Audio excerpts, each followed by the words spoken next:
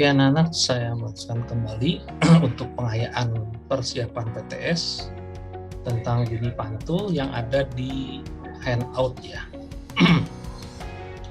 Jadi kalau kamu perhatikan handout tersebut, maka di handout itu ada pemanfaatan gelombang bunyi dalam kehidupan sehari-hari. Nah ini handoutnya ya, jadi untuk bunyi pantul tolong diperhatikan, jadi jarak itu bukan S, tetapi 2S sama dengan V dikali T, di mana pengertian S, V, dan T-nya sama seperti bunyi asli. Contoh misalnya Amir berteriak di depan sebuah dinding dan dia mendengar gema suaranya 0,8 detik. Setelah ia berteriak, tentukan jarak Amir ke dinding tersebut, maka mencarinya jarak sama dengan V dikali, waktunya harus dibagi 2 ya. Begitu aja, yang paling penting. 340 dikali 0,4, 136 meter.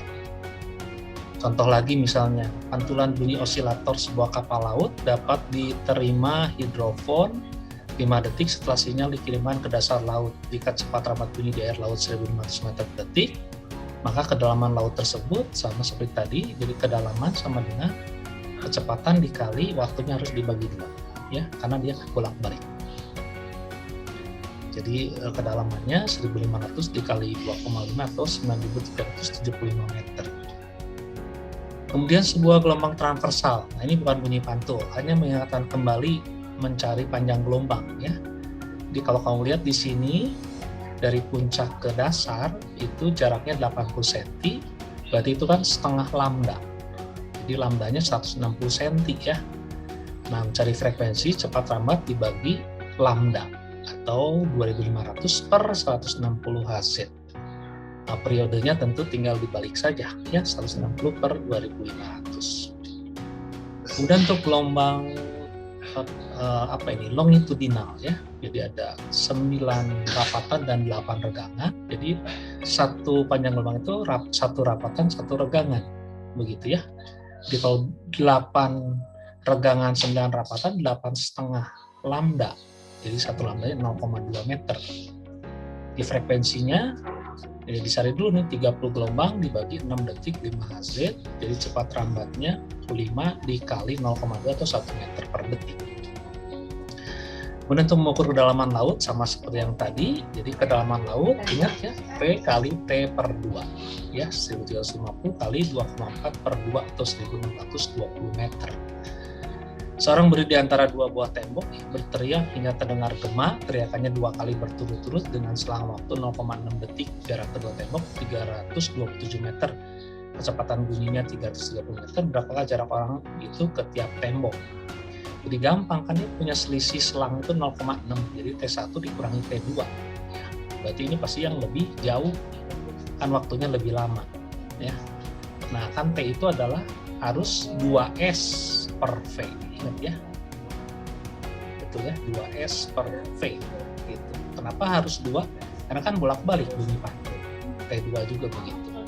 Nah setelah itu kita hitung ya kan, jadi S1 dikurang S2 nya sama dengan 0,3 V. V nya diganti 330, jadi dia 99 ya meter. Nah kemudian tadi kan jarak kedua temboknya itu 327, jadi S1 tambah S2 327. Ini pakai eliminasi, kamu akan dapat begitu ya, 2S2 sama dengan 426, betul ya, ini dijumlahkan. Jadi 426, jadi S1-nya 213. S2-nya tinggal diselisihkan saja ya. Jadi 327 dikurangi 213 yaitu 114.